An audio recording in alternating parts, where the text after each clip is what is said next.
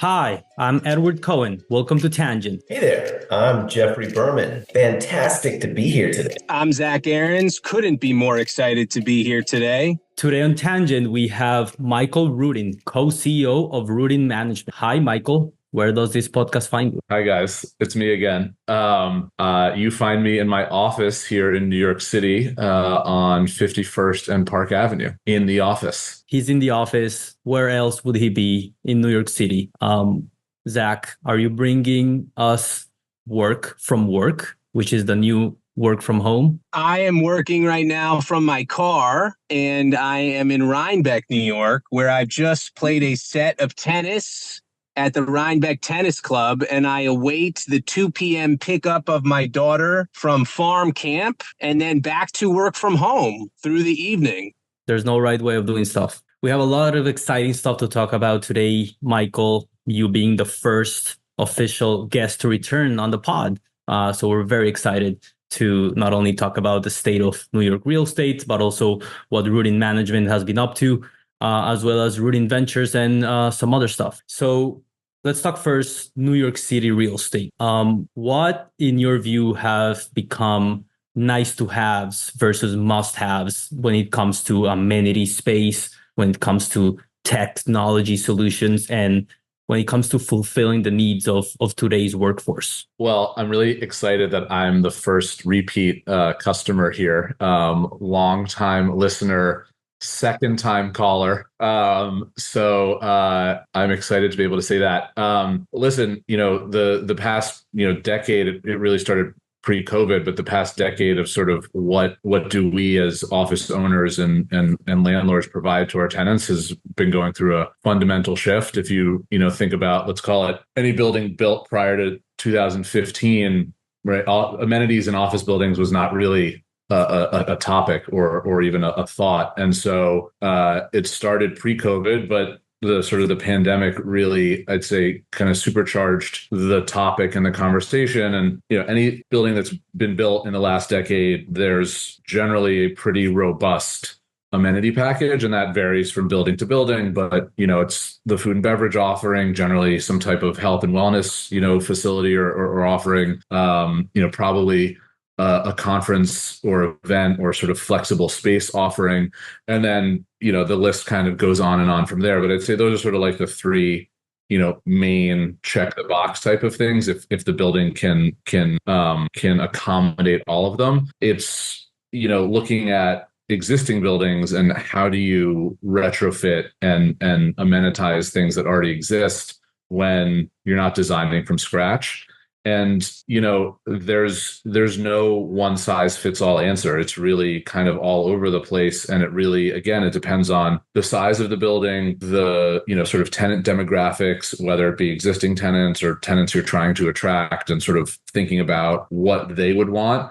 But again, I think it really comes down to those first three kind of large buckets that I mentioned, and trying to solve, again, it's very building dependent and what you can afford to put in from a space planning perspective, but trying to solve to, I'd say, at least 2 out of the 3 of those in a way that feels like you're not cramming something in just for the sake of saying, like, look, I put in, choose your amenity. Look, I put something in, but it's so small that nobody will ever be able to really like benefit or use it.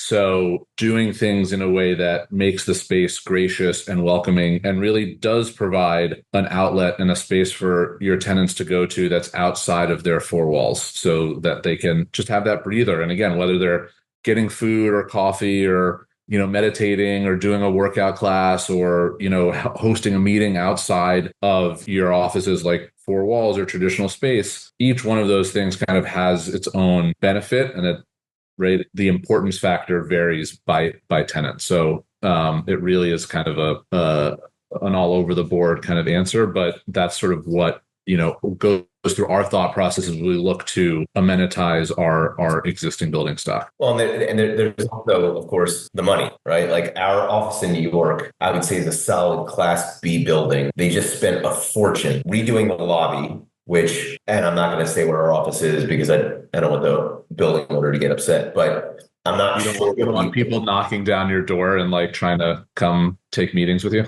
The security is actually pretty good, but I will say, like, they spent a fortune redoing the lobby, which I don't necessarily understand the utility of. But then they also put in on the seventh floor an amazing amenity floor, which looks a bit like Convene, but it's not Convene. It's just owned by the building, and that space for a building that's traditionally housed hedge funds, et cetera, gets a ton of use from people that otherwise really traditionally wouldn't have used those spaces. And that's what people wanted. They wanted their office, they polled the tenants, they wanted their office to be in traditional style, but then have a place within the building that felt more like a hospitality and amenity suite. And then for this building in particular, though, they're not a Class A building that's generating triple digit per foot rents. They were constrained by the amount of money they could spend. I think they did a pretty good job. But I think that's one of the bigger challenges for a lot of the Class B, Class C, and other stock in New York City that are then going up against some older Class A and maybe newer Class B, if that's even a thing, that are able to monetize. And it's like, where do those, where does a renter choose considering the amount of space that's available? There's a lot of optionality in New York right now. Good points there. What Michael said in particular about, there's a new trendy amenity that we need to check the box with. Let's just put a square inside a circle. My offices with neighbor.com in Utah, beautiful office complex.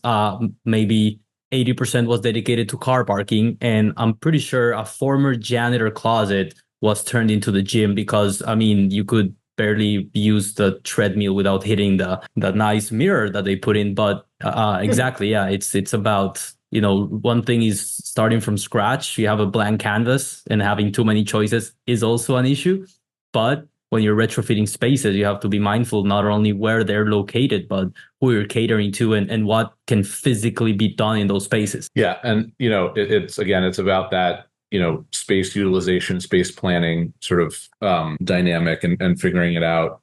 And Jeff, to your point, the financial implications are huge because in certain instances, you could put in every amenity, right, that we've talked about and more, and you still would never be able to justify that investment based on what the future rent is that you might be able to get. And that's just a fact of the office market right now. And maybe that changes, and maybe some other things kind of lead to a reduction of the amount of space that's on the market in these B and C class buildings. But that's the biggest issue for that type of buildings, the B and C class buildings, is, does this investment get me anything, right? And again, you could spend all the money in the world and you'll never see a return on that investment. And that's a problem, with your lenders, with, just looking at the long-term viability of an asset. And you can't, it's not just like, I put amenities in and I can lease space. I wish it was that simple, but it's not. And you got to really look at the market. What are other comparable buildings getting in rents based on an amenitization, program that they did or upgrade, lobbies, like you said, Jeff, those are, how important are those? How can you quantify that? It's kind of hard to do. A lot of lobbies kind of in the early to mid 2000s and 2010s were done because those lobbies were 30, 40 years old and you just needed to upgrade the lobby. Now they're being thought of more comprehensively from an amenitization standpoint. And I think sometimes that can have a, sort of negative or deleterious effect when, to your point, Jeff, how many people coming through a building really care about the lobby? Some do, but a lot probably don't. And if there's no other utilization of that space, if it's not used for anything else in the sort of amenity programming, what does that get you? And that's kind of a hard thing to quantify. Yeah, and again, also it depends on New York is such a dynamic place considering the types of owners there are, like the traditional large family legacy firms, then there are the institutional owners, and seeing the choices that those different actors are making is also quite interesting in terms of what's happening now. The future of real estate is here. And by here, I mean at Blueprint in Las Vegas this September. Join the largest, most global gathering of industry leaders and innovators leading the charge in changing the built world, from construction to transaction, for 3 days of networking, learning, and ecosystem advancement. With trillions of dollars of assets and the best global innovators under one roof, the future of the built world happens here at Blueprint. Blueprint 2024 takes place at the Venetian Las Vegas from September 17th to 19th. Tangent listeners get a $300 discount for their ticket by visiting blueprintvegas.com/tangent. That's blueprintvegas.com/tangent for a $300 discount for your Blueprint ticket. See y'all there. We're certainly going to talk about one of the sexiest new lobbies in town at 3 Times Square soon. But wanted to ask you about, there's a lot of talk about amenities and tech stack. And, I feel a lot of times what's visually pleasing or what can be, trendy is more prioritized.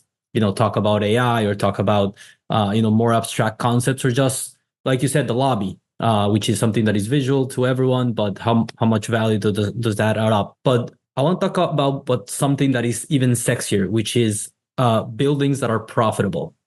So talking about how to make them, more efficient from an operations perspective. How are you going about it? Yeah, I mean, listen, the expense side is a big area of focus, not just for us, but across the board, right? Everything's being squeezed right now.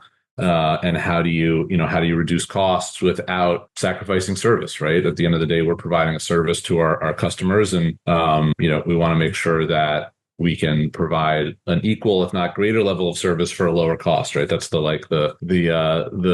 everybody's goal, and so it's across the board, right? It's what is the experience that you feel coming into a building, from a human connection element, right, with the building staff, and making sure that one of you mentioned, sort of used the term sort of hospitality before, that sort of, it used to be like, oh, walk into the building, no dynamic, no interaction, swipe your card, go upstairs. But like, there's got to be more to it, right? To get those people into the building, you got to feel, you want to feel good, like you're having a positive experience from the moment you step onto the property line, and want a smiling face. And if you need help with something, or your guest is coming and you want them to have a positive experience. So, looking at training our lobby staff, to have more of that sort of hospitality approach in terms of how they greet people, and whether it's a tenant or a visitor, looking at, activating those lobby spaces, again, staying on that, that for a second, with tenant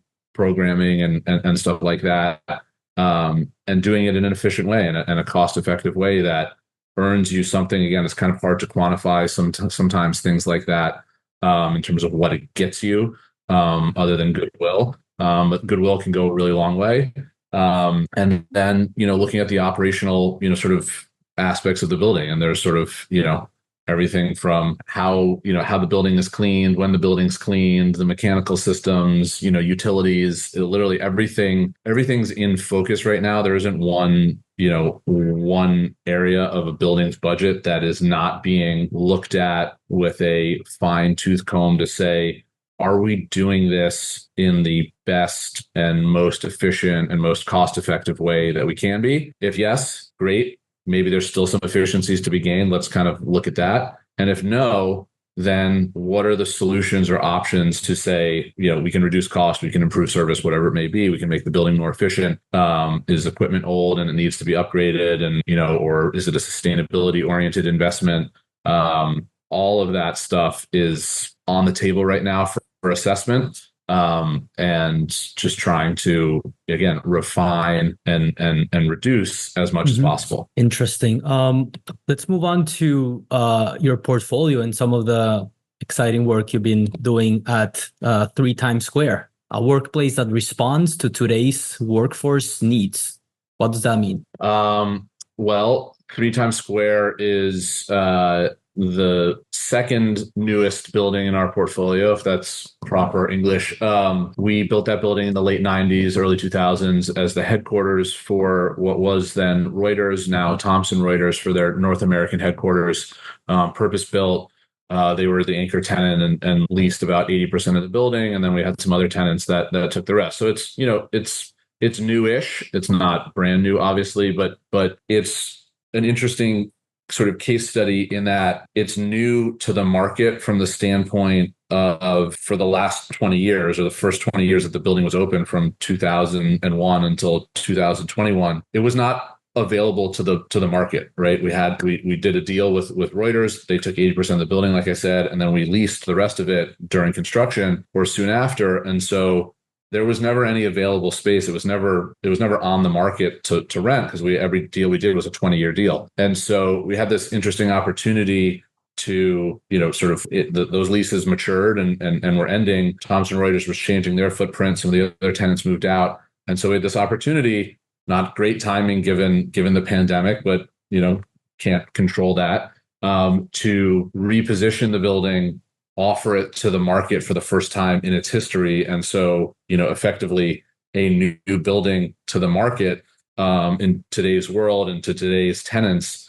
And the great thing about the building was that when it was built, again, 25 years ago now, a lot of the sort of means and methods and methodologies of how that building was built and the whether from a design perspective, a architectural and structural perspective, a technological perspective, not a lot has changed in the last 25 years in terms of what new buildings are using and what they're affording to their tenants. And so the bones, the infrastructure, whatever you want to call it, of that building was well positioned, sort of to your question, Edward, meet or respond to the needs of today's workforce and demographic. And that's efficient floor plates. It's, generally floor to ceiling glass. It's efficient mechanical systems and state-of-the-art technology. And again, that building was kind of at the forefront of a trend that is still continuing today, from design standards, efficiency and sustainability standards, and just offering a new experience, basically to, in a building that is a quarter of a century old, and with the enhancements of the building wide amenities that we talked about earlier, and redesigning the lobby. That lobby again was purpose built for Reuters. It had a big billboard and sort of digital sign inside the lobby, which was part of their media sort of business and offering, not relevant to today's tenant. Or tenants in the building. And so, like, how do we repurpose this lobby, redesign it, freshen it up a little bit, while then elsewhere in the building on the 16th floor, developing and designing a tenant-facing amenity. There was an amenity there, but that was only for Reuters or Thomson Reuters. So again, sort of repurposing this building to be able to attract new tenants. We had, I think, to lease about 80% of the building sort of in the releasing campaign. The building's now 65% leased. Still a little way to go, but has been a good story for us in terms of attracting tenants, having those spaces be important in the attraction of these tenants, and sort of working through the rest of the lease up to make the building financially successful in the long run, hopefully. Super interesting. I never encourage anyone to visit Times Square just for the sake of it. But if you're in Times Square, you better make sure to go 3 Times Square. Lots of really fun stuff happening in Times Square. You better check out 3 Times Square. Bring your camera. Absolutely. Yeah, Michael, can I ask a question about the lease up there? Sure. From what we're hearing from the limited partners in the office community, if they have well situated, well amenitized, sustainable Class A space, the tenants aren't necessarily asking for discounted rent. The gross rent number is still kind of as high as it's ever been, or even higher. But what they seem to be demanding are extravagant tenant improvement packages in order to get them comfortable signing a 10 to 30 year lease, call it. What do you see as options for landlords who maybe don't have super deep pockets and need to finance these tenant improvements when they maybe underwrote half the price of them going into an endeavor like a repurposing or new construction of an office building? Do you see anything happening, anything breaking with the tenant improvement financing markets. Can you walk us through how you think about that? Yeah, I mean, it's really challenging, to put it sort of succinctly. And you kind of, you nailed it on the head, Zach. And that's in the last 5 years, and maybe started kind of happening a little bit right before the pandemic. But again, one of those things that got, kind of supercharged over the last couple of years was the extravagant, really, really high TI packages and dollars that tenants are looking to, to get to build out their space. And to the conversation before, we're investing in the building, whether it's, and this is, I'm not specifically talking about 3 Times Square, but just across the board, we're going to invest in a building on a regular basis, right? Amenities, other CapEx sort of programs, mechanical systems, whatever it may be, lobbies, et cetera, et cetera. Space comes around, a tenant moves out. Maybe you can release it as is, but generally speaking, a new tenant will probably want to redo a space depending on its age and what it was built for prior for the prior tenant. And so, something happened, right, where there was this, great amount of space available for lease during the pandemic, and tenants, sort of getting in the driver's seat in terms of demanding better terms for themselves. And it's, the base rent, like you said, has it changed over the last couple of years? Sure, but not drastically. And you are in these brand new buildings, you're still getting triple digits. 2022 was the greatest year for rents over $100 a square foot and $200 a square foot. That's continued into 2023. When you're getting that type of base rent, you can spend the $150 to $200 in concessions. When you're getting $40, $50, $60 a square foot in the Class B and Class C buildings, kind of, kills a deal. And so that's been, I think, one of the biggest reasons why, deals have been slow to happen in the B and C class buildings. Is just like a lot of landlords are, balking at that sort of dynamic. Some are doing it and, figuring out ways to deal with it kind of down the road. I think one possible solution is, focus more on free rent versus TI dollars. That way you don't have to come out of pocket for stuff. But again, that's all part of the give and take and negotiation of doing a deal. And it's gotten pretty crazy the last couple of years. These, the cost to build out space, and what tenants are looking for or think that they're entitled to in terms of TI packages. Super interesting. In terms of what commercial real estate owners and operators can control, right? There's a lot that they can't control. They can control how they run their operations, right? Should some landlords or owners and operators in general be focusing, yes, like how to make the numbers pencil out, like Michael said, so it doesn't come out of pocket, maybe shifting for incentives around free rent instead of TI packages. However, in terms of like controlling how they catch problems in their properties, including, early detection and mitigating damage. For example, water related like claims for insurance, non-weather related water claims are the most common insurance claim in New York City. I think the average is around $50,000 and 3 months of displacement, at least for multifamily. So, I would love to hear from the owner operator side hat, but also from the technology side, if these are technologies that you're considering, that you've implemented, talking about, water leak detection that insurance companies are pushing more and more, and other mechanical malfunctions in the buildings. So yes, the short answer is yes. These types of things, I'll call it like soft investments versus kind of the hard investments we were talking about before.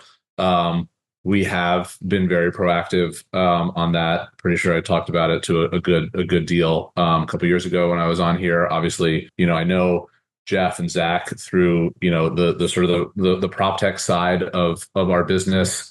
That's been a big focus of ours for the better part of a decade now, but even back to the kind of the early 2000s.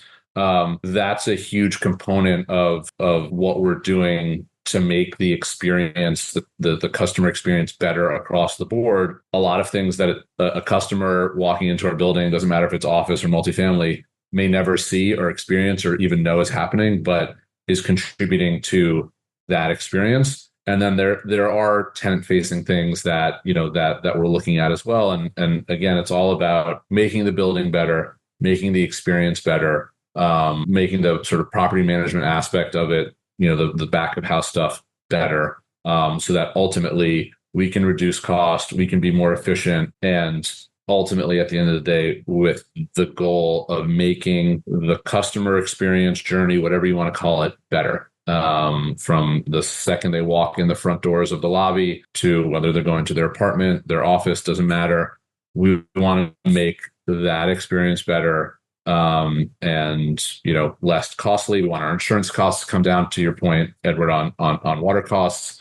Get ahead of things as much as possible. Technology and software is really great at helping sort of look around the corner, so to speak. And, whether it's from utility and energy management, whether it's from water detection, whether it's from occupancy sensing, knowing when parts of the buildings are going to be activated or need to be turned on and off, whatever it may be, there's a tremendous amount of, new technologies, maybe not so new anymore. It's, going on a decade. Jeff had a lot fewer gray hairs when I met him, a decade ago, but it's been really great. I talk about this a lot. There's sort of innovation that's happening in our industry. It's got a long way to go, but it's already come a really, really long way in the last decade. Or as Jeffrey would say, Proptech's dirty little secret is that things work pretty well for the most part. It's interesting. Mike might not want to toot his own horn, but Rudin was one of the more active investors in their own technology really early on with Prescriptive/Nantum. And one of the interesting insights that I personally gleaned, and all of us on this call were really early into real estate technology. We weren't calling it Proptech. And Zach, I know you didn't come up with the term Proptech, but I'd like to give you credit for it. So I'm just going to give you credit for renaming industry. Much appreciated. You're welcome. I brought it across the Atlantic, baby. Thanks. Give me credit for that. Can I give a plug for Proptech 101? Of course. Michael, the check is in the mail. That check is prominently displayed on my bookshelf. But the point that I was making is that a number of products and services we're just referencing, there's a decoupling, and we've talked about this on the show before, between the companies that create these product software and services that have a chance to become venture backable, venture scale companies, and then companies that are just usable from a practical sense. And at the beginning of the real estate technology renaissance, companies were getting funded, and it's still happening, but thankfully to a lesser extent, that really never had a shot at becoming true venture stories. Even though the industry is massive, the moats were just too small. But what it did prove, though, was that there were both incremental and massive steps that were being traversed in increasing the technology stack that was available for the implementation in all sorts of buildings. But like I like to say, Rudin was doing well even before the technology. Technology made it better and more efficient. And we're getting into a time where now it's becoming more, landlords are saying, well, what do we need to have? What's the table stakes? That's where we're going to spend our money, and less on the nice to have, and less on the gimmicky things that we saw, a lot of it, which we saw early on in our investing careers. Yeah, well, totally. And I appreciate, the compliments, and, it, I guess, sort of like, just because it is working well doesn't mean it can't be better. Right. And that's sort of, I think, always been our approach. Is it's not, if it ain't broke, don't fix it. It's, if it ain't broke, how do we make it better? Right, kind of perspective. And there's only so much you can do from a physical perspective in a building, right, with the envelope of the building, with the materials, with the mechanical systems, with the sort of, again, that hard infrastructure. And now the last 10 to 20 years has been about the soft investments that we can make to not fix something. Right, we're not like I said, we're not taking something that's broke. We're taking something that's generally working pretty well, not perfect, but generally working pretty well, and making it better with software and technology. And that's I think, a really exciting part of our industry. And again, the last decade of the intersection of real estate and technology. Just on the dirty little secret that this stuff works, we're coming out with a white paper in a couple months that suggests, and this is going to sound shocking to many of our listeners, that as it relates to some of these new Gen AI, GPT, LLM technologies coming out, our industry, the real estate industry, both on the commercial and residential side, we're no longer laggards. We're no longer in the Cretaceous period as it relates to software adoption. We're actually leaders compared to other industries that adopted technologies like vertical software as a service, API integration, you name it, in terms of the software that's come out in, call it, the 20 years between 2002 and the launch of ChatGPT in 2022. So there's a lot of adoption happening. There's a lot of acceleration of adoption happening, which is really exciting for us. And it's so unbelievable that internally we have to do this white paper just to prove it to ourselves before we put it out to the public that what I've just said is indeed true and not just conjecture. But to Jeff's point, just because the adoption curve has accelerated, that doesn't mean all of these companies we're seeing are going to be able to achieve venture scale return for venture capital style investors. And that's an important delineation to make for the, how many millions of entrepreneurs who now listen to this podcast? Hundreds of millions. Hundreds of millions. I thought it was billions, guys. That's the only reason I came on here. Yeah, guys, thanks to fractional reserve banking and our wonderful economy and late stage capitalism, we can now use trillions. So please, the big T is out there. Finally, we've been waiting for it. Super interesting what you all just shared. I have so many thoughts, but could it be that is it a generational change that we've now leapfrogged into at least adopting technology? I'm curious to read that white paper, Zach. I do wanna not necessarily push back, but I feel another dirty little secret of real estate and Proptech, and again, depends the market, depends the asset class, type of operator, but we adopt a lot of technology when it is suggested / demanded by external / adjacent industries, whether it is insurance companies, asking us to put water leak detection technology, or whether it's regulation in the form of local law 97 to make our building operations more efficient. Now, I'm not advocating or saying these are perfect solutions, and I'm not getting to the details or the merits of that.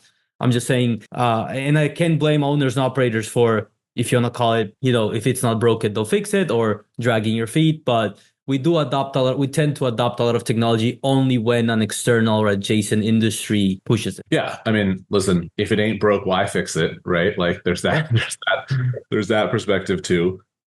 Changing things is hard. Innovation is expensive. Right. It's like all of those things. And yeah, sometimes you need that kick in the butt from an external source. Other times, you're going to have, for whatever the reasons are, you're going to have your own, rationale for wanting to experiment and try and look at new things. And it's, kind of all over the board.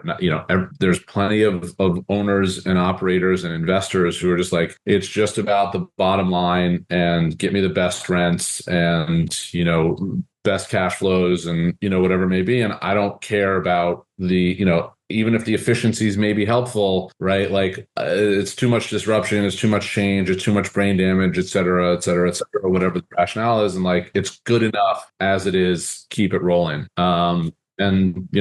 That's absolutely, that's where those external forces are helpful. All these solutions, they do come with a price, actual price that you're going to pay whoever the service provider is, and the cost of time and, and human capital to test it out, make sure it works, right? Nobody wants to fail on something, but somebody's got to be the first mover, first adopter, whatever you want to call it.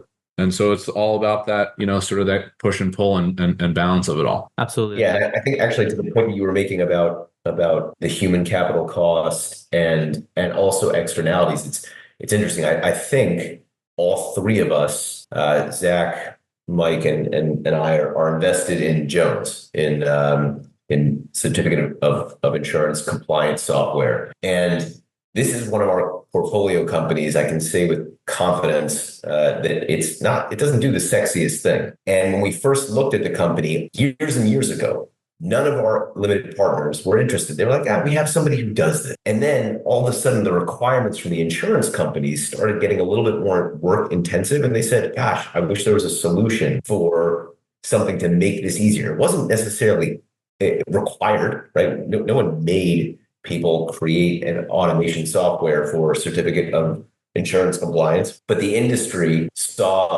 created a need, and now there is a company that's scaling pretty well because owners and operators are saying we need something to drive efficiency. And that I would call that like almost an in-betweener story where it's not externally mandated like what you're talking about from environmental or regulatory, and it's not companies, real estate owners and operators saying like, gosh, I don't want to pay for another piece of software I don't need. It's like right in the middle where it's going to make your life easier, and it's hopefully going to transform the way that insurance information and risk metrics get valued and viewed by both the insurance companies, the vendors, and the real estate owners. So that's kind of like that midway between the internal and the external push. But another thing is, especially in a city like New York, and this is just anecdotal, but what I've noticed is you have certain landlords that want to be at the bleeding edge of the new. And you have a subset of tenants that also want to be at the bleeding edge of the new, right? When you think about the innovation curve, the really early adopters, by definition, that's going to be a smaller subset. But the remainder of the owners and operators are going to require that kick in the rear from an external source, because otherwise there's no incentive for them and there's no incentive for their tenants to change. And we're specifically now talking about emissions and environmental. That becomes really problematic for the entire city. And when you talk about like leading at the vanguard, well, not everyone is going to do that because they can't afford to. So it creates a pretty interesting dynamic. Absolutely. I cannot believe we are saying the insurance industry are the unsung innovator heroes of Proptech, but here we are. Michael, Rudin Ventures. So back in 2021, when you were on Tangent, you said you guys were focusing on tenant experience, sustainability and operations. And you guys have invested in some super exciting companies, including Jones, as well as VTS and Kelvin, former Radiator Labs, both friends of Tangent, where we've had the CEOs. But we actually have a listener question from the community coming from Gilly Byman, co-founder at Minute Media. He wants to ask our guest Michael and our co-host about Latch and its rebranding to door.com. How do you see their rebranding? New CEO in Ring founder Jamie Simonhoff. What's your take? Listen, I think there is something to be improved on the experience of getting into spaces, right? Whether it's, at the door level of your apartment or your home, or into your office building at, the lobby level, or at the turnstile, or in the elevator, whatever, like all of these kind of points of transition or access, whatever you want to call it, like there's efficiencies to be gained for sure, whether it's through the phone or some other, system or device. And so, we're not in like actively involved in Latch anymore, given they're going public a couple of years ago and everything that's gone on the last couple of years. But again, I do think that that space of access control continues to be a space that can be better, and can become more efficient with the other technologies and the other things that we experience in those kind of moments of transition that have improved over the last decade plus elsewhere, in our lives. I think, that space is still open for improvement as well. That's a super diplomatic answer. I don't like, yes, but like, I don't know enough about the new CEO or the rebranding to give you anything else. Fair. No, Jamie's a sharp dude. Obviously, he's the founder of Ring.com. I haven't met him personally. We've exchanged a few emails, and people ask me about the Latch experience all the time because, and I try to decouple the investment from the product because the product was and still is magical and fantastic. And the evolution of the way I remember when they were going out, because we were one of their earliest investors. Like this is even before we had created Camber Creek. We were early. I think pre-seed. Just Creek. And yeah. And I remember when Luke originally was targeting commercial, pivoted to multifamily, and he had this great pitch about how in the presentation it said, for 10,000 years plus, we've been trying to figure out how to keep people out. Now we're trying to figure out how to let people in. And it's interesting because like when you think about Uber, when we were kids, right? Like it was like never get into a car with a stranger. Well, now we actively get into cars with strangers. We call them, right? Like we've changed the way technology has changed the way we interact with both the built world and fellow humans. And so Latch, for better or for worse, created a product that better than anything, at least I'd seen on the market and completely proprietary. That is, to me, decoupled from the experience that we all had and that, frankly, the entire investment community had during the SPAC craze and what the de-SPAC of Latch and the destruction of shareholder value that took place after that. I tend to separate the two, and I think that Jamie's done a good job thus far of trying to keep focused on what their mission is, which is improve how buildings manage access control. And it remains to be seen whether Latch or Door.com can be a viable entity on a go-forward basis. I, for one, am still interested to see the redone financials from 5 or 6 years ago that for some reason we haven't seen yet, but that's a story for another day. And I think that comes back to, Jeff, the comment you made about there's been a lot of innovation the last 10 years. Are all of those companies venture backable? For sure not. But it was a time and a place where everybody was getting financing and being invested in. And, the market drove companies and people to do things that probably were not in the best interests of the company or the investors or the shareholders, whatever you want to call it. But that's, where we were and where we are. And some of these companies are just like good, solid companies that can provide a valuable or beneficial service at a fair price that makes something better. Doesn't mean they're worth hundreds of millions or billions of dollars, right? Yeah. It's like you can have both, but you don't necessarily have to have both. $1 billion. Exactly. Absolutely. And talking about venture backable and, probably the hottest Proptech startup in the market right now, Bilt Rewards. So what's happening with Bilt Rewards? My sister, who shout out, she's a big believer in ambassador programs. She has been begging me to sign up to Bilt using her promo code to pay my rent.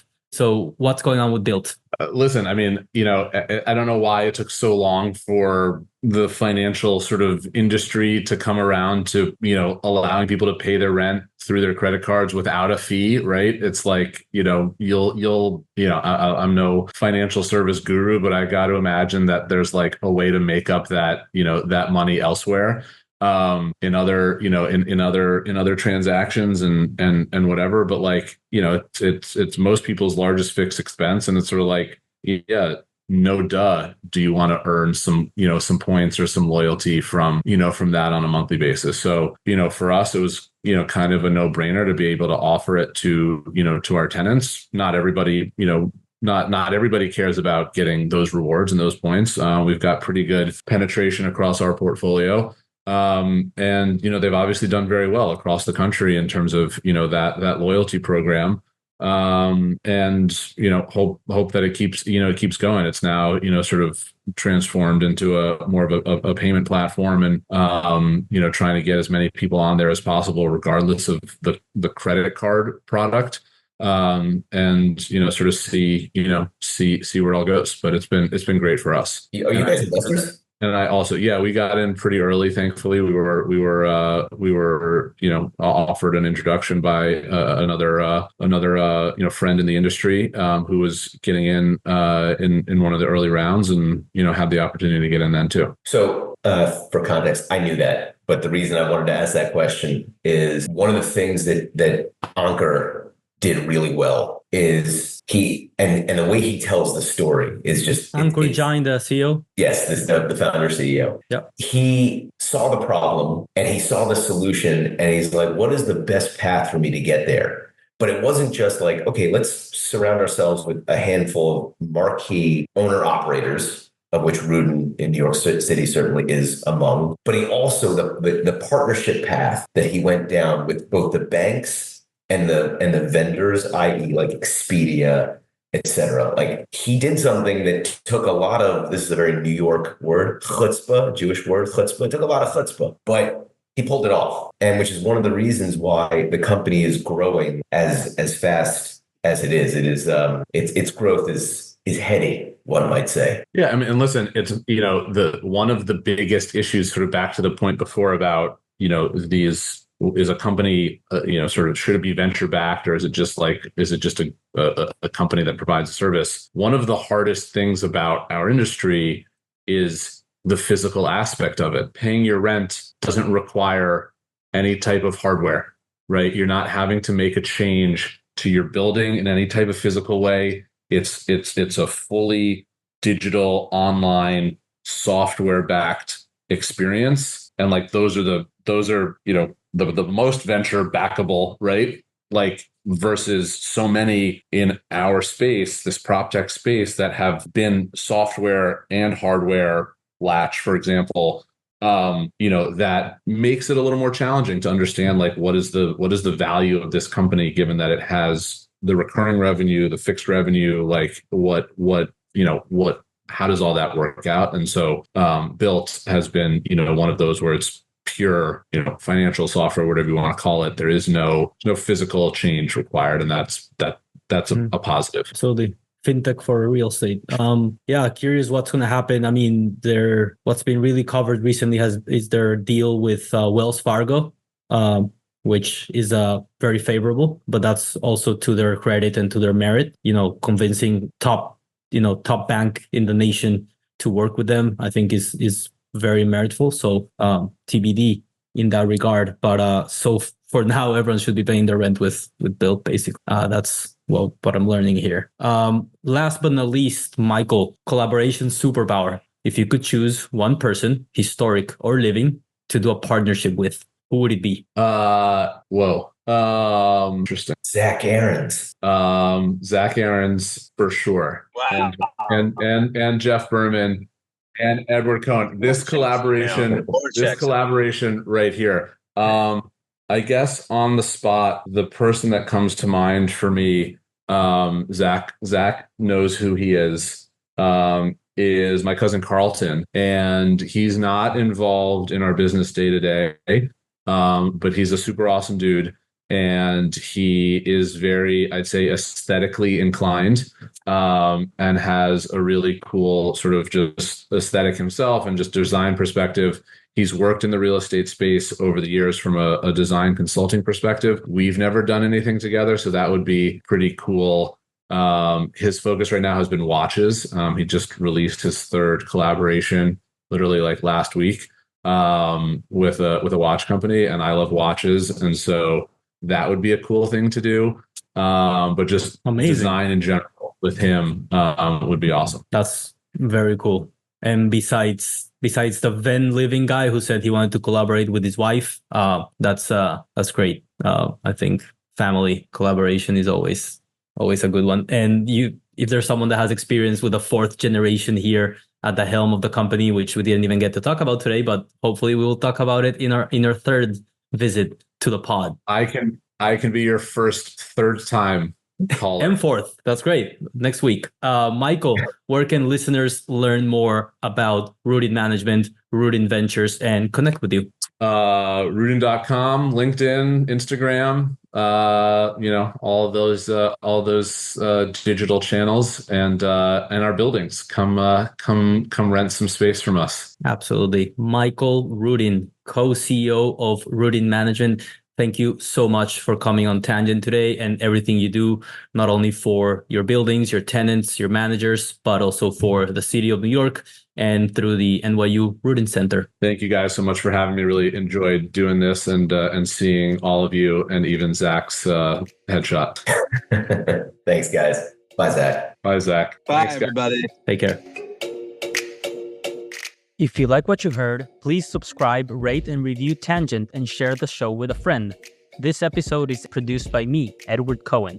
Thanks for listening to Tangent, and remember, collaboration is our superpower. So stay curious and always be learning.